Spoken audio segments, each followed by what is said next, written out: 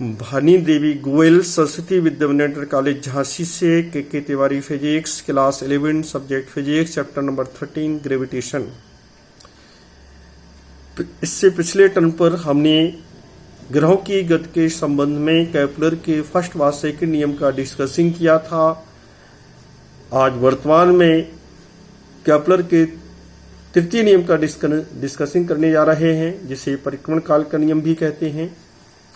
इस नियम अनुसार किसी भी ग्रह का सूर्य के चारों ओर परिक्रमण काल अर्थात सूर्य का एक पूरा चक्कर लगाने का समय का वर्ग उस ग्रह की दीर्घवृत्ताकार कक्षा की अर्ध दीर्घ अक्ष की तृतीय घात के अनुपाती होता है। इस नियम को परिक्रमण काल का नियम भी कहते हैं। यदि किसी ग्रह का परिक्रमण काल कैपिटल टी तथा सूर्य की इससे औसत दूरी स्मॉल आर हो, तब इस नियमानुसार T square proportional R cube होगा, और प्रोपोर्शनल सिंबल को जब हटाएंगे तो टी स्क्वायर बराबर के आर 3 होगा। समीकरण नंबर 1, जहां के एक समानुपाती नियतांक है। इस नियम के प्रूफ के लिए यदि ग्रह की दीर्घवृत्ताकार कक्षा की अर्ध दीर्घअक्ष तथा अर्ध लघु अक्ष क्रमशः स्मॉल ए व बी हो,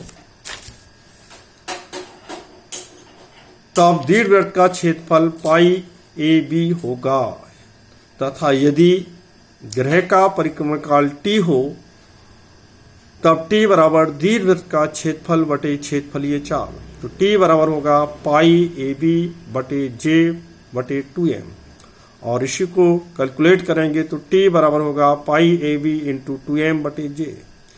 इस समीकरण के दोनों पक्षों का वर्ग करने पर टी स्क्वायर बराबर 4 pi square A square B square M square बटे जे स्क्वायर। समीकरण नंबर 1, यदि दीर्घवृत्ताकार कक्षा का अर्ध नाभिलंब एल हो तब एल बराबर बी स्क्वायर बटे ए होगा, इसलिए बी स्क्वायर बराबर एल ए होगा। एल ए मान समीकरण 1 में रखने पर टी स्क्वायर बराबर होगा 4 पाई स्क्वायर एम स्क्वायर ए पावर 3 इंटू एल बटे जे स्क्वायर। उपरोक्त समीकरण के आरएचएस में कोष्टक वाली सभी राशियां नियत हैं, इसलिए इसे लिखा जा सकता है टी स्क्वायर प्रोपोर्शनल ए पावर 3। यही ग्रहों की गति के संबंध में केपलर का तृतीय नियम है। चूंकि दी गई वृत्ताकार कक्षा के लिए कोष्टक के अनुसार सभी राशियां नियत हैं, इस नियम से स्पष्ट होता है कि ग्रह सूर्य से जितना अधिक दूर होगा उसका परिक्रमण काल उतना ही अधिक होगा। इसी कारण सूर्य से समीपस्थ ग्रह बुध का परिक्रमण काल 88 दिन, जबकि दूरस्थ ग्रह का परिक्रमण काल कई वर्ष होता है।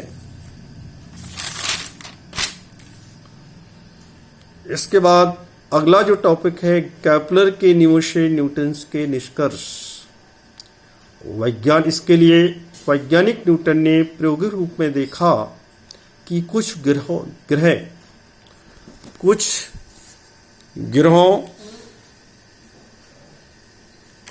बुध प्लेटो, जो कि वर्तमान में हट गया है, को छोड़कर अधिकांश ग्रह सूर्य की परिक्रमा वृत्ताकार कक्षा में करते हैं। अतः ग्रह को सूर्य के चारों ओर वृत्ताकार कक्षा में घूमने के लिए एक बल की आवश्यकता होती है, जिसे अभिकेंद्र बल कहते हैं, जिसका मान F बराबर mv स्क्वायर अपॉन r होता है। समीकरण नंबर 1, जहां m ग्रह का द्रव्यमान है, v ग्रह की चाल है तथा r वृत्ताकार कक्षा की त्रिज्या है। यदि ग्रह का परिक्रमण काल t हो तब उसकी कक्षीय चाल v बराबर वृत्ताकार कक्षा की परिधि बटे परिक्रमण काल होगा। तो v बराबर होगा वृत्ताकार कक्षा की परिधि 2 पाई r बटे t। समीकरण नंबर 2, समीकरण 2 से v का मान समीकरण 1 में रखने पर f बराबर m अपॉन r इंटू 2 पाई r अपॉन टी का होल स्क्वायर f बराबर हो जाएगा। कैलकुलेट करेंगे से तो f बराबर m upon r into 4 pi square r square बटे टी स्क्वायर। परंतु केपलर के तृतीय नियम से टी स्क्वायर बराबर के आर 3 ये मान उपरोक्त समीकरण में रखने पर f बराबर m अपॉन r इंटू ऊपर 4 पाई स्क्वायर स्क्वायर बटे के आर 3, f बराबर 4 पाई स्क्वायर बटे के into m upon r square. y equation 3 f proportional m upon r square, क्योंकि इस आरएचएस में 4 पाई स्क्वायर अपॉन की नियत राशियां हैं। समीकरण नंबर 4। इस प्रकार केपलर के नियम के आधार पर न्यूटन ने निम्न निष्कर्षों को प्राप्त किया। नंबर 1, प्रत्येक ग्रह पर एक अविकेंद्र बल कार्य करता है जिसकी दिशा हमेशा सूर्य के केंद्र की ओर होती है। नंबर 2, यह बल ग्रह व सूर्य के बीच की दूरी के वर्ग के व्युत्क्रमानुपाती होता है, अर्थात अप्रोपोर्शनल 1/r²। थर्ड पॉइंट, यह बल ग्रह के द्रव्यमान m के अनुपाती होता है, अर्थात अप्रोपोर्शनल m। Thank you. इसके बाद अगले टर्न पर आपसे डिस्कसिंग किया जाएगा।